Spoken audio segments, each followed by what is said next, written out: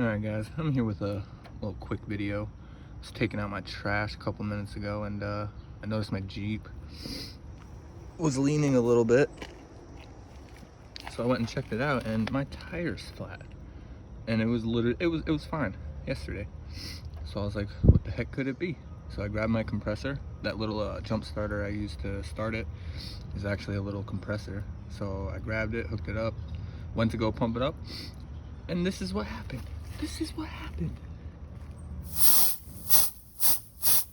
It's ripped right there. Like it just like snapped. It just like, I don't know. Has that ever happened to anybody? It's never happened to me. I've had like 6 or 7 different vehicles and that's never happened. So, I mean, if it's happened to you, let me know. And don't forget to like and subscribe and check out that giveaway video. The contest ends Friday. I'll be announcing the winner Friday, so make sure you go check out that video, like and subscribe.